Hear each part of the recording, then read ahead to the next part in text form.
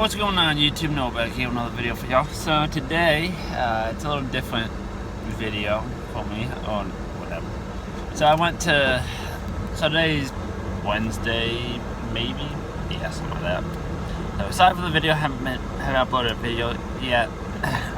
For last week, we're working a bunch of hours at work, and I'm working on the side, so between the both, I have no time. So I apologize, I'll get something up, I'll probably get this one up. But you got probably some, hopefully we can get some video of trail build I'm doing, so hopefully that will work. But yeah. So today, it's like 7, it's like 7, probably 7:20 now or something like that. I was on my way to work this morning, and I was driving my f250. I was driving and I had a loss of power. I had to press the pedal down more. Like, that doesn't seem right. So I pulled into a neighborhood on the road, and then come to find out, and then it started misfiring. So I was like, oh, fun. Okay. Granted, this at like 4:30 in the morning. So whatever. Pulled over. Had a code reader. Didn't have any codes, but then I started it back up and tried to thought on it to see what it does. But misfire on cylinder 5. So okay. Sounds like a coil. So easy to get to, simple right there on top on that motor, but the only problem is the pot store don't open till 7:30. This was at 4:30. I was like, freak, okay. So called my wife up, woke her up, and got her to come pick me up. I was gonna walk, but yeah, I was gonna walk, but I was like, let me just call my wife. She'd be mad at me if I walked in. But yeah, I got her down there. It was like 2 miles from my house or something, so it was pitch dark. And if it wasn't so dark and foggy, I would have just walked because I needed to kill time anyway. But anyway, she picked me up, so like I said, it's like 7:20 now. I'm just waiting for the AutoZone to open so I can run in here, get a coil, go put it on, and then head to work. But yeah, just always fun. It's always something. So I might show y'all once I get over there, just changing a coil, because heck, that's what we do. When the coil go out, we change it. Hopefully that's all it is. Hopefully. Chance it could be a timing chain or a motor or something, but I'm pretty sure it's just a coil pack.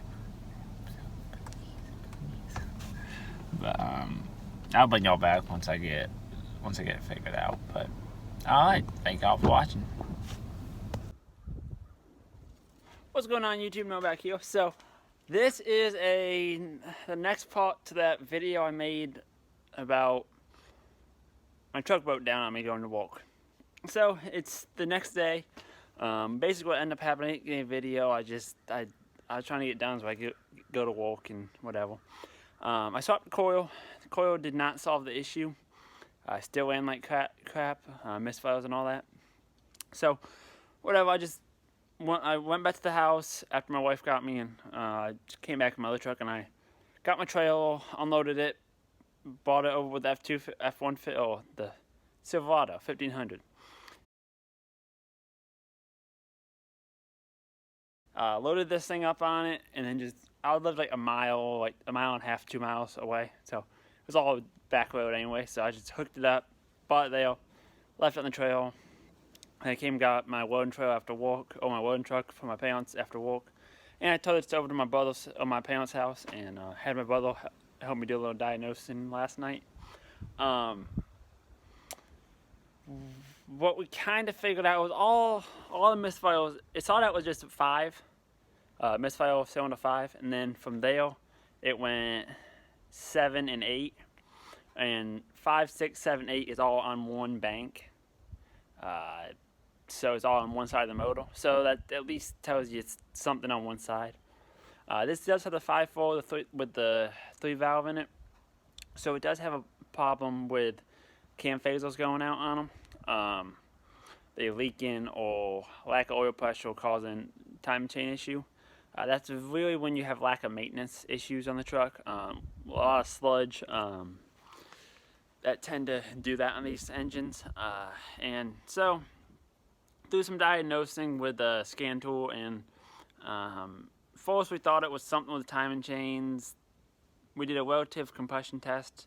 For those of y'all that don't know, it's using the scan tool, and basically you put it in flood mode where it won't crank. Like in a lot of cars, not this one, but a lot of them, you just put the gas pedal to the floor and crank it. It's called a clear flood mode. It won't let it, the injector fire or the fuel pump come on, one or the other, I don't remember. I think the injectors. Basically, what it does, it takes that, I might be butchering this, but this is concept. Somehow it measures when it's supposed to be firing to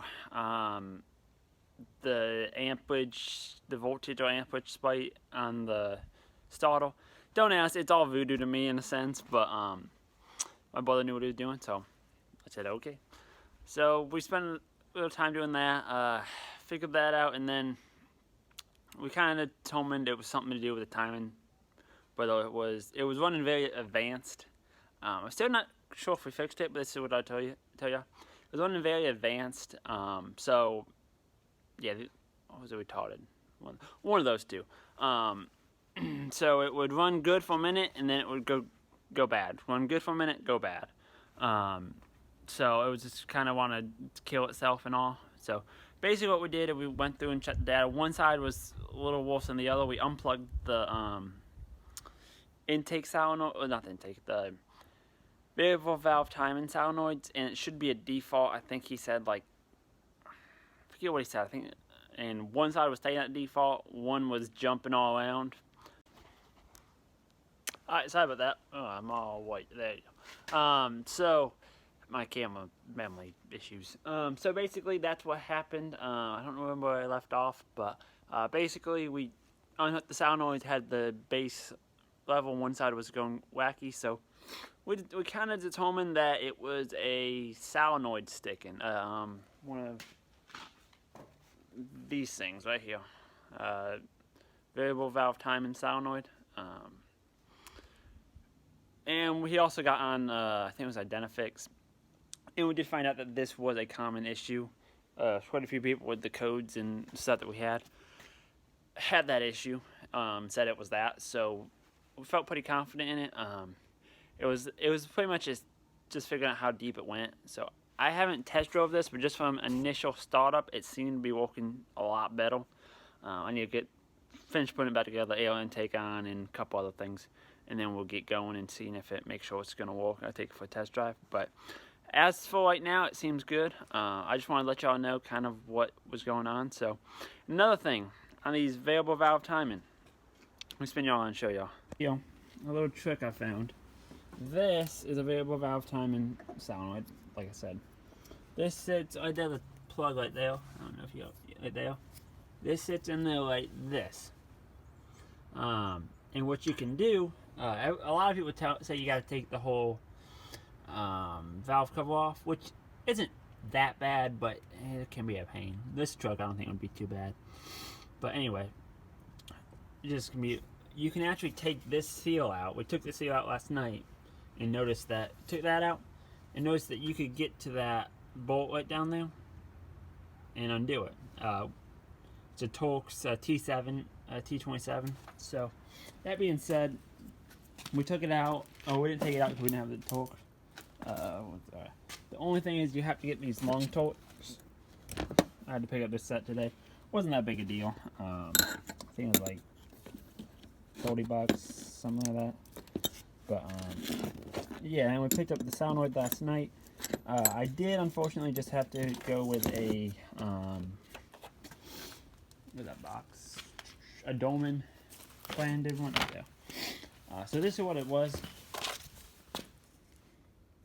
But rather went with a Ford, but they had this, so I just wanted to try it, and it was about $50, I think. So if you don't count the coil, I probably got about $100 in this fix. If you count the coil, I got about 150-ish. So hopefully that'll work. I'm gonna go get this put back together, take it for a test drive, and I'll let y'all know how we go. Alright, so a little update on the F250. So it's next day. I went to work. It worked out fine yesterday. All of that worked great, so that was always a good thing. But yeah, I was happy. It worked. So the VVT solenoid is what it was. Variable valve timing solenoid. I showed the part number. I don't have it in front of me. The old one. I got a picture. I thought probably throw it in. But yeah. So that's what happened. This is a 2006 f250 with the 5.4 liter Triton V8. The V10 should be the same, 3 valves at least. 2 valves don't have this because that was part of the 3 valve fiasco. But should be the same for any of the 3 valve, the 3 valve 250, the 3 valve 5.4s, or I think it's the 6.8 other V10s. Should be the same thing. So it works, it drives, drove to work, just picked up a bunch of steel with it. So I'm probably going to go ahead and pick up another one for the other side and just swap it out just for peace of mind. So we don't have this incident happen again on us. But yeah, yeah, that's about it. So just so y'all know, truck working very good now. So yeah, I'll probably put some pictures. I'll put the pictures of the old one in. Like I said, you do not have to take the valve cover off to do it. Just keep a magnet and get along a T27 stall bit. Keep a magnet handy too, just in case. The original fold ones, the bolt can't really come out, but just keep a magnet handy anyway. The Dolan one, it was not that case. I would have bought a fold one, I just kind of needed to get it going, so they had it locally at O'Reilly's, so just picked it up. But anyway, that's all I got to say. This video is probably long enough as it is. So yeah, I just want to thank y'all for watching. And yeah, I'm going to get this up tonight probably. And yeah, see how I can get back working on this trail.